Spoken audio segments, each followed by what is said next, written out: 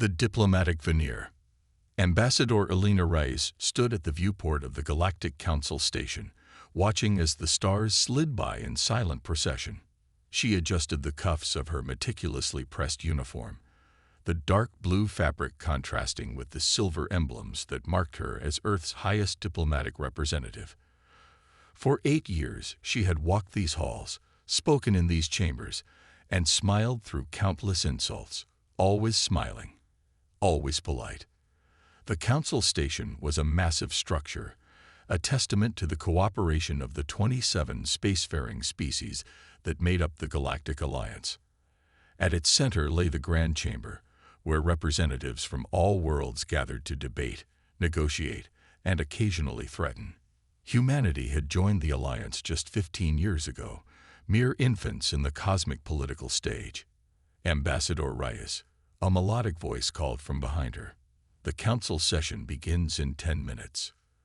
Elena turned to face her aide, Marcus Chen, his expression carefully neutral but his eyes betraying concern. The Drakari delegation has requested a private meeting before the session, he added, his voice dropping slightly.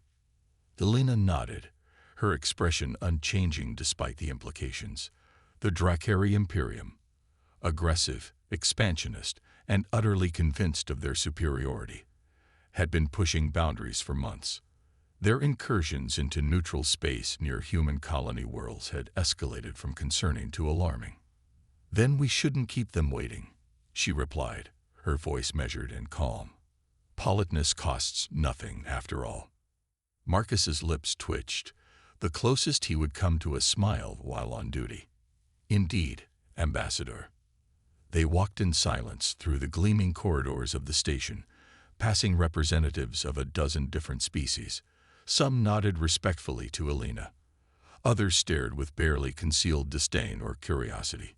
Humanity was still an anomaly in galactic politics, respected for their diplomatic skill, but dismissed for their apparent lack of military might. The small conference room reserved for the meeting was dimly lit when they arrived, the lighting adjusted to the Drakari preference for shadow. 3 figures rose as Elena entered, tall, broad-shouldered humanoids with scaled skin that shimmered iridescent in the low light. Their eyes, vertical slits of amber, fixed on her with predatory focus. Ambassador Reyes, the central figure, spoke, his voice a low rumble. "How gracious of you to accommodate us." "Ambassador Vorax," Elena replied with a slight bow. "The pleasure is mine. I understand you wish to speak privately before the council session." Vorax gestured for her to take a seat across from him, his clawed hand moving with deliberate slowness. Elena complied, her posture perfect, her expression pleasant. "I thought it might be beneficial to discuss certain matters directly," Vorax said, leaning forward, "to avoid any misunderstandings in the council chamber." "Clarity is always preferable," Elena agreed. Vorax's lips pulled back in what might have been intended as a smile, revealing rows of serrated teeth. "The Drakari Imperium has reviewed your response to our activities in the Epsilon sector. We find your concerns unwarranted." Elena didn't flinch. The Epsilon sector borders 3 human colony worlds. The increased Drakari military presence there raises legitimate security concerns. Security concerns? Vorax's voice held mock surprise. "From humans? Your species is known for its diplomacy, Ambassador Reyes, not its martial prowess. What need have you for security when you have your words?" The 2 Drakari flanking Vorax made sounds that resembled chuckling. Elena simply maintained her pleasant expression. "Every species has the right to security, Ambassador Vorax. The Alliance Charter is quite clear on this point." Vorax waved a dismissive hand. "Charters, treaties, agreements, such things are meaningful only when backed by strength." His eyes narrowed. "The Imperium has observed humanity closely since your entry into galactic affairs. You build outposts, not fortresses, trade vessels, not warships. You sent diplomats where others would deploy soldiers. We value peaceful relations," Elena responded simply. "You value them because you have no alternative," Vorax countered, his tone hardening. The Drakari have existed for 10,000 years, Ambassador. We have fought wars that spanned centuries while your ancestors were discovering how to make fire. We recognize weakness when we see it. Alina folded her hands neatly on the table. Perhaps what you perceive as weakness is simply a different approach, Ambassador. Vorax leaned closer, his breath hot and carrying an acrid scent. The Epsilon sector will provide valuable resources for the Imperium's expansion. Your colonies there will either adapt to our presence or they will suffer. This is not a negotiation. This is a courtesy. Marcus tensed beside Alina, but she remained completely still, her eyes locked with Vorax's. I understand, she said softly, and I appreciate your directness. However, I must inform you that humanity considers the safety of our colonies non-negotiable. We request that the Drakari military forces withdraw to the boundaries established in the Vega Accords. Vorax's laugh was harsh. You request? With what leverage, Ambassador? Will you defeat us with your politeness? Will you drown us in your diplomatic notes? He stood abruptly, towering over the table. The Imperium does not yield to those who cannot enforce their demands. Alina rose as well, much more slowly, smoothing an invisible wrinkle from her uniform. The council session will begin shortly. Shall we continue this discussion there? Vorax stared at her for a long moment, clearly dissatisfied with her refusal to be intimidated. As you wish, Ambassador. Though I doubt the outcome will be any different. The Grand Chamber of the Galactic Council was an architectural marvel, a vast circular space with tiered seating that accommodated the diverse physiological needs of all member species. At its center stood the speaker's platform, currently occupied by the Telosian representative, whose translucent body pulsed with bioluminescent patterns as he called the session to order. Alina took her seat in the human section, aware of the stares from various delegations. Humanity's position in the council was still novel enough to draw attention, particularly when tensions were high. The Drakari delegation sat opposite, Vorax's amber eyes never leaving her. The council recognizes the Drakari ambassador, the Telosian speaker announced, his voice amplified throughout the chamber. Vorax rose, his imposing figure drawing all eyes.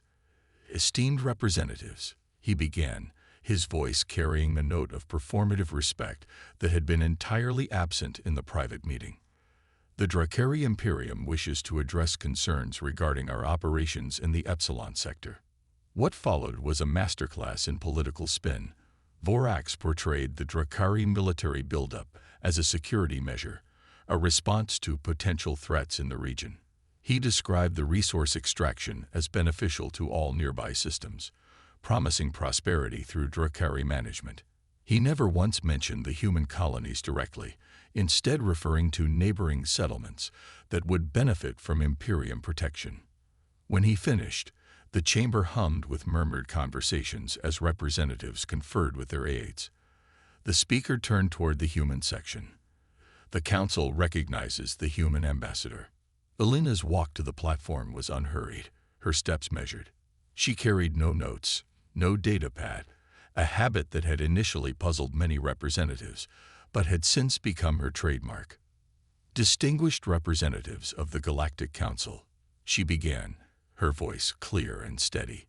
Humanity values the principles upon which this alliance was founded: cooperation, respect for sovereignty, and peaceful resolution of conflicts. She paused, her gaze sweeping the chamber. The Drakari military presence in the Epsilon sector represents a direct threat to three established human colonies: New Titan, Esperanza, and Frontier's Edge. These colonies are home to over 4 million human citizens who now find themselves living under the shadow of warships. Vorax shifted in his seat, his scales rippling with irritation. Ambassador Vorax suggests that this is for security and prosperity. Alina continued. Yet no security threat existed in that region before the Drakari arrival, and the prosperity he promises comes at the cost of resources that rightfully belong to the sovereign worlds there. She placed her hands on the edges of the platform, leaning forward slightly. Humanity has always approached galactic affairs with an outstretched hand rather than a raised fist. We believe in dialogue over confrontation, in building bridges rather than walls. This approach has been mistaken by some as weakness. Her eyes found Vorax across the chamber. It is not weakness. It is choice. A deliberate, conscious choice made by a species that understands the true cost of conflict. The chamber had fallen completely silent, every representative watching with intense focus.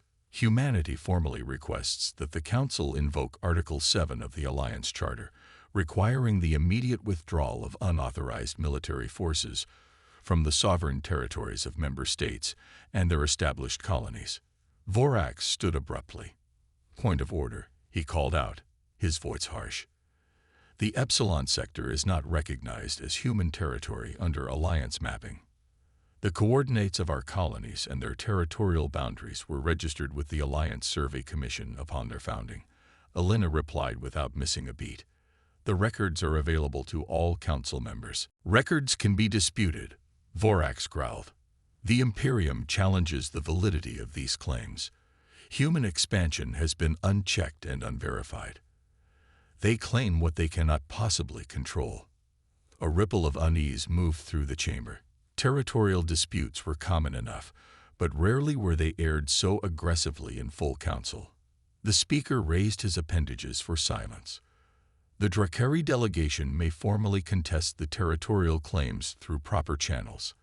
However, until such a process is complete, the registered boundaries stand." Vorax's anger was visible now, his scales darkening to a deep crimson. "The Drakari Imperium does not recognize these supposed boundaries. We have claimed the Epsilon sector by right of strength. If humanity wishes to dispute this, let them demonstrate equivalent strength." There it was. The challenge laid bare. Several representatives shifted uncomfortably. Direct military threats in council were rare and considered extremely poor form. Alina remained perfectly composed. "Ambassador Vorax," she said, her voice somehow both gentle and carrying, "is the Drakari Imperium formally withdrawing from the Alliance Charter that prohibits military aggression against member states?" It was a perfect diplomatic trap. If Vorax said yes, he would be declaring the Imperium in violation of the Charter. If he said no, he would have to walk back his threat. Vorax's eyes narrowed to slits.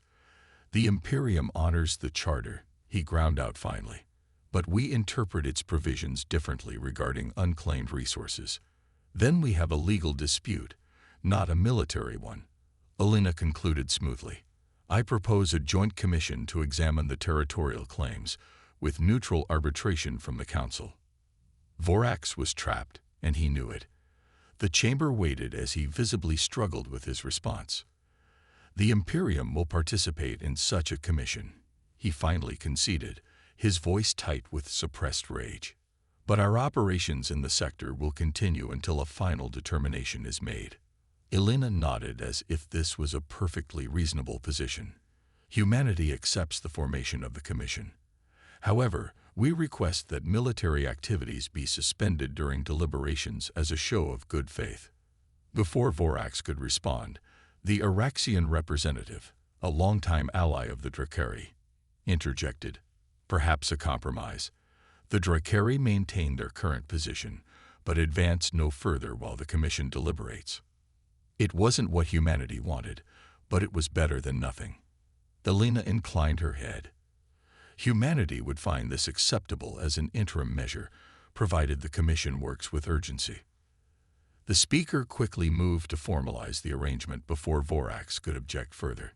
The session continued, moving on to other matters, but the tension remained palpable. When the council adjourned hours later, Alina found herself cornered by the Drakari ambassador as she attempted to leave. "A clever maneuver, Ambassador Reyes," Vorax said, his voice low and dangerous. "Enjoy this small victory while you can." Alina met his gaze steadily. "It's not about victories, Ambassador.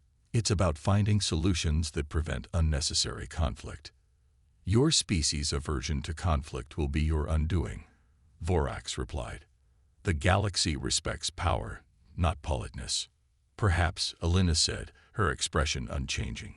But I'd often found that those who speak most loudly of power are the ones most afraid of losing it. For an instant, something flashed in Vorax's eyes. Rage, certainly, but also a flicker of uncertainty. Elena had never spoken to him with anything but perfect diplomatic courtesy. This hint of steel beneath the politeness, was new. You would do well to fear the Imperium, human, he growled. Elena's smile remained in place, but something changed in her eyes. A coldness, a calculation that hadn't been visible before. Fear is a poor advisor in diplomacy, Ambassador Vorax, she replied softly. As is underestimation. She stepped around him and continued down the corridor, her back straight, her stride unhurried. Vorax watched her go, a new uneasiness settling in his gut.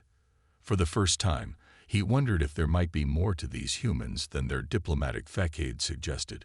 Behind him, Marcus Chen observed the exchange silently before following his ambassador, his hand briefly touching the concealed communicator at his wrist. A single message was transmitted, encoded and compressed. SUNBREAE Habro Tosiodo STANDDU. When diplomacy ends. 3 days after the council session, Elena Reyes sat in her private office aboard the station, reading through the preliminary reports from the Territorial Commission. The proceedings were moving slowly, hampered by Dracari obfuscation and bureaucratic delays. Meanwhile, according to intelligence reports, Dracari activity in the Epsilon sector had increased rather than stabilized. The door chimed, and Marcus entered without waiting for permission, a breach of protocol that immediately put Elena on alert. We've received an emergency transmission from Frontier's Edge, he said, his usual composure cracking. The colony is under attack. Elena set down her datapad. Dracari. Yes, 3 warships entered orbit 30 minutes ago. They're targeting infrastructure and defensive systems. Governor Takahashi has declared a state of emergency. Elena closed her eyes briefly, a microscopic crack in her perfect composure. When she opened them, the warmth that typically characterized her gaze had vanished, replaced by something harder and colder. Initiate sunbreak protocol, she said, her voice steady, and arrange an emergency council session immediately. Marcus nodded, his own expression shifting to match hers. The Nemesis battle group will exit FTL near Frontier's Edge in approximately 6 hours. Admiral Chen has already been notified. Good. Elena stood, smoothing down her uniform. It's time the Council saw what happens when humanity's diplomatic options are exhausted. The emergency council session convened 2 hours later, the chamber filled with tension as representatives hurried to their seats. The attack on a human colony world, an unprecedented direct aggression against an alliance member, had sent shockwaves through the diplomatic community. The Telosian speaker called for order, his bioluminescence flashing with agitation. The Council recognizes Ambassador Vorax of the Dracari Imperium to address the situation in the Epsilon sector. Vorax strode to the platform, his bearing arrogant despite the gravity of the situation. The Imperium regrets any misunderstanding regarding our security operations in the Epsilon sector, he began, his voice carrying no trace of actual regret. A legitimate threat assessment necessitated a preemptive neutralization of militant facilities on the human outpost designated Frontier's Edge. Murmurs rippled through the chamber, calling an established colony an outpost and implying it contained military targets was a blatant distortion. Our intelligence indicated preparations for aggression against Imperium assets, Vorax continued. We acted in accordance with our sovereign right to self-defense. The speaker's translucent form pulsed with skepticism. The Council recognizes Ambassador Reyes of humanity. The chamber fell silent as Elena walked to the platform. Gone was the measured pace, the gentle demeanor. Her steps were precise, almost military in their efficiency, her face set in lines that none of the representatives had seen before. Distinguished representatives, she began, her voice clear but devoid of its usual warmth. What you have just heard is a lie. The bluntness of the statement sent a shock through the chamber. Diplomatic language was typically layered with euphemisms and careful phrasing. This direct accusation was unprecedented. Frontier's Edge is a civilian colony with a population of 1.2 million humans. It possesses standard defensive capabilities consistent with Alliance guidelines for frontier settlements. There were no preparations for aggression because humanity, unlike the Dracari Imperium, honors its commitments to peaceful resolution. She activated the chamber's holographic display, showing real-time footage of Dracari warships firing on the colony. Buildings crumbled, fires raged, and civilian ships desperately attempted to evacuate. "This is not a security operation," Alina continued, her voice gaining intensity without raising in volume. "This is an unprovoked attack on a civilian population. The Dracari Imperium has violated the Alliance Charter and committed an act of war against humanity." Vorax's scales darkened with anger. "These are fabrications, human propaganda designed to." "The feeds are verified by Alliance monitoring satellites," Alina cut him off, something no one had ever seen her do. "The verification codes are embedded in the transmission." She turned to face Vorax directly. "For 15 years, humanity has engaged with the galactic community through diplomacy, trade, and cultural exchange. We have been patient. We have been accommodating. We have endured condescension, dismissal, and thinly veiled contempt from species who mistake civility for weakness."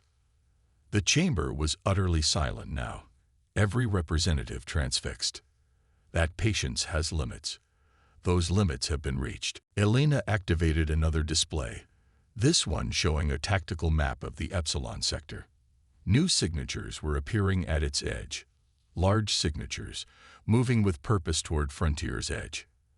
"The Terran Defense Fleet's 3rd Battle Group, led by the dreadnought Nemesis, is currently en route to Frontier's Edge," she announced. "Humanity is exercising its right to self-defense under Article 12 of the Alliance Charter." Vorax's composure finally broke. "Battle Group. Dreadnought. The human military is minimal, a token force barely capable of protecting your own solar system." Alina's smile was cold. "Another lie you told yourselves, Ambassador. Humanity chose diplomacy first, not because we lack alternatives, but because we understand the cost of war better than most. We have fought our own for millennia. We know what happens when diplomacy fails." The tactical display updated, showing more vessels entering the sector, dozens of them, all bearing human military signatures. "Humanity hereby formally charges the Dracari Imperium with unprovoked aggression against a sovereign alliance member." Alina continued, "We demand immediate cessation of all hostile actions, withdrawal of all military forces from the Epsilon sector, and reparations for the damage inflicted upon Frontier's Edge." Vorax's eyes darted between Alina and the tactical display, genuine confusion now mixing with his anger. "This is a bluff. These signatures are falsified. The Imperium's intelligence on human military capabilities is comprehensive. Your intelligence is 15 years out of date," Alina replied simply. The chamber doors opened, and a new figure entered. A tall, distinguished human woman in a uniform distinctly different from Alina's diplomatic attire. Stars adorned her shoulders, and her bearing was unmistakably military. Representatives turned to stare as she walked directly to the human section. Alina acknowledged her with a nod. "The Council may wish to hear from Admiral Maichen, commander of the Terran Defense Fleet." The speaker, clearly struggling to maintain protocol amid the unprecedented situation, hesitated before nodding. "The Council recognizes Admiral Chen." The Admiral took Alina's place at the platform, her expression stern and focused. "Representatives of the Galactic Council," she began, her voice crisp and authoritative. "The Terran Defense Fleet has maintained a policy of strategic obscurity since humanity's admission to the Alliance. This was not deception but prudence, allowing us to focus on diplomatic solutions while maintaining our security."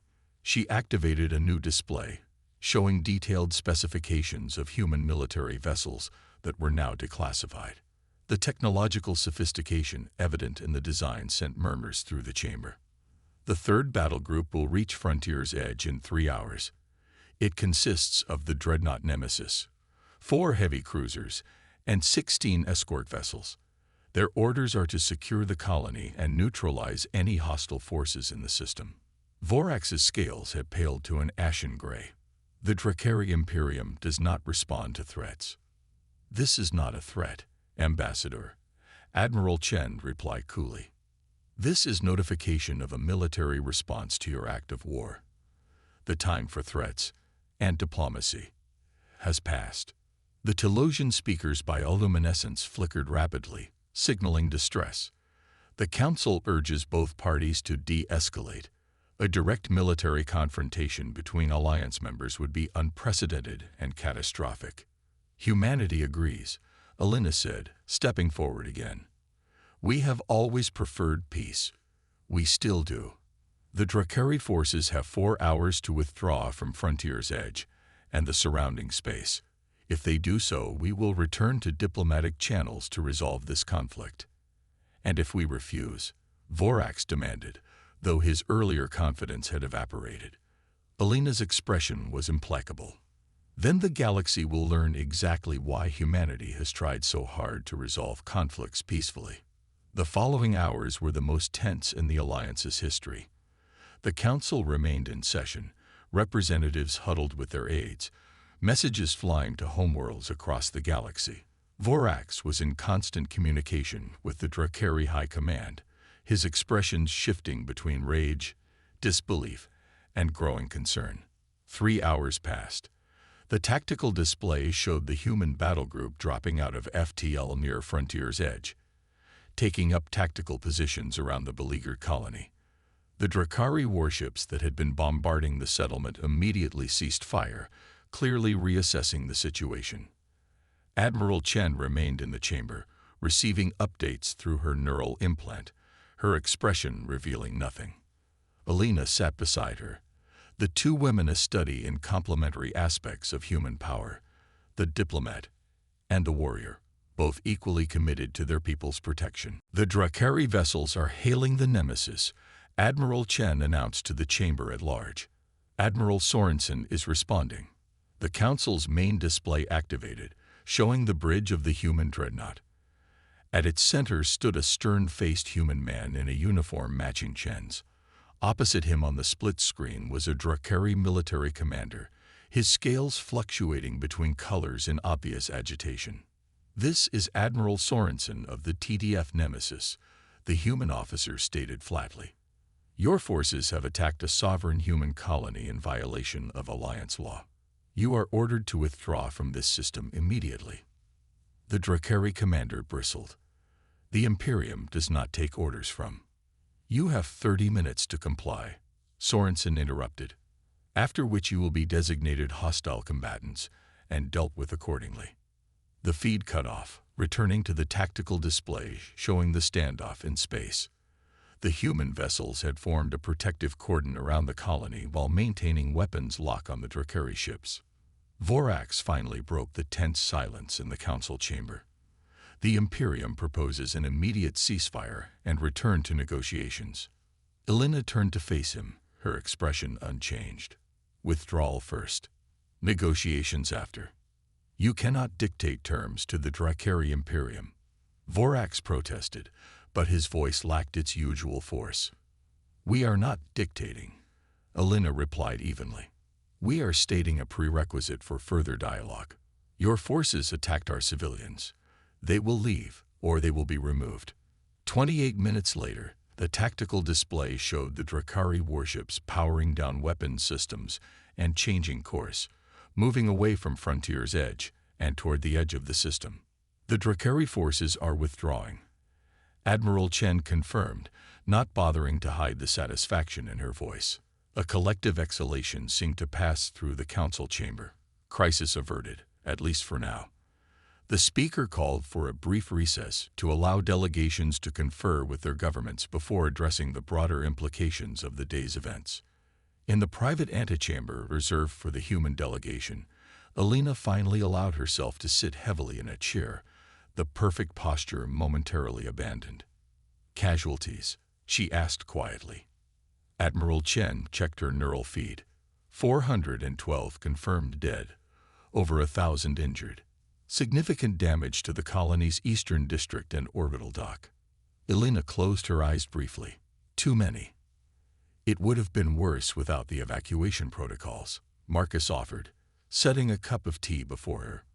Governor Takahashi had most civilians in shelters within minutes of the first attack. Elena nodded, picking up the tea but not drinking it. The Drakari will regroup. This isn't over. No, Admiral Chen agreed, but the dynamic has changed permanently. They know now. They all know.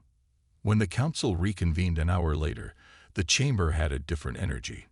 Representatives who had previously paid little attention to the human delegation now watched Elena with newfound interest, and in some cases, apprehension. The Drakari section was conspicuously empty. Vorax and his team had been recalled to their homeworld for consultations. The Telosian speaker addressed the chamber. The immediate crisis appears to have been resolved, but serious questions remain regarding the breach of alliance protocols and the future stability of our coalition. The Council recognizes Ambassador Reyes of humanity. Elena approached the platform for the third time that day, her diplomatic demeanor restored but somehow transformed. The perfect posture and measured speech remained, but no one watching could mistake it now for weakness or hesitation. Distinguished representatives, she began, today's events are deeply regrettable. Humanity joined this alliance with sincere commitment to its principles of peaceful cooperation and mutual respect. Those principles were violated, not by us, but against us. She paused, surveying the chamber. Some among you have wondered why humans send diplomats before soldiers, why we negotiate before we fight, why we listen before we speak. Today, you have seen the answer. It is not because we cannot fight. It is because we understand too well the consequences of war. Several representatives nodded slowly. The Terran Defense Fleet will maintain its presence in the Epsilon sector to protect our colonies. We remain open to diplomatic resolution with the Drakari Imperium, but we will not tolerate further aggression. She straightened, her voice taking on a formal tone. Humanity requests that the Council establish an independent commission to investigate today's attack and determine appropriate sanctions under the Alliance Charter. The request was approved by overwhelming majority, a stark contrast to the usual contentious voting patterns of the Council. As the session concluded, representatives from a dozen species approached Elena, offering condolences for the lost lives and, more tellingly, propositions for new trade agreements, cultural exchanges, and military cooperation. 3 days later, a Drakari diplomatic vessel returned to the station. It wasn't Vorax who disembarked, but a higher-ranking diplomat, a member of the Imperium's inner circle. He requested a private audience with Elena before addressing the Council. In the same small conference room where Vorax had threatened her less than a week before, Elena now sat across from Matriarch Severa, one of the Imperium's most respected elder stateswomen. Ambassador Reyes, the matriarch began, her voice carrying the weight of centuries. The Imperium offers its formal apology for the regrettable actions at Frontier's Edge. Commander Thrazek exceeded his authority and has been relieved of his command. Elena inclined her head but said nothing, waiting. We propose an immediate normalization of relations, including Drakari withdrawal from all contested areas in the Epsilon sector, pending formal territorial negotiations, Severa continued. The Imperium values its relationship with humanity and wishes to avoid further misunderstandings. Misunderstandings, Elena repeated softly. 412 of my people are dead, Matriarch. That is not a misunderstanding. That is a massacre. Severa's scales rippled with discomfort. The Imperium is prepared to offer substantial reparations and guarantees that this will never happen again. You have my word as a representative of the inner circle. Elena studied the Drakari elder for a long moment. The Imperium underestimated humanity because we prioritize diplomacy. You assumed we had no teeth because we chose not to bear them. That was a costly error. Yes, Severa admitted, surprising Elena with her frankness. We have reassessed our understanding of humanity's position in the galactic order. Good, Elena replied. Then perhaps we can begin again, with mutual respect rather than contempt. As Severa left to prepare for the council session, Marcus approached Elena in the corridor. They're afraid of us now, he observed quietly. Elena shook her head. They respect us now. There's a difference. She straightened her uniform, resuming her diplomatic posture. And that's what we wanted all along. Not fear, but understanding. In the days that followed, humanity's position within the Alliance underwent a subtle but profound transformation. The dismissive attitudes had vanished, replaced by genuine engagement. Trade proposals flooded in, along with requests for cultural exchanges and educational programs. 1 month after the Frontier's Edge incident, Elena found herself once again at the viewport where this chapter had begun, gazing out at the stars. Admiral Chen joined her, out of uniform for once, dressed in civilian attire. The 7th Fleet reports the Drakari have completely withdrawn from the disputed territories, Chen said, and the new ambassador arrives tomorrow. Good, Elena replied. Let's hope this one is more inclined to genuine dialogue. And if not? Chen asked, a hint of a smile playing at her lips. Elena's reflection in the viewport showed the same diplomatic smile she had always worn, but now everyone understood what lay behind it. Then we'll remind them once again that humanity's politeness is a choice, not a limitation. The two women stood in comfortable silence, watching the endless stars. Diplomacy and strength, working together as humanity had always intended, their message to the galaxy finally, completely clear. We come in peace, but never mistake our preference for peace as inability to wage war.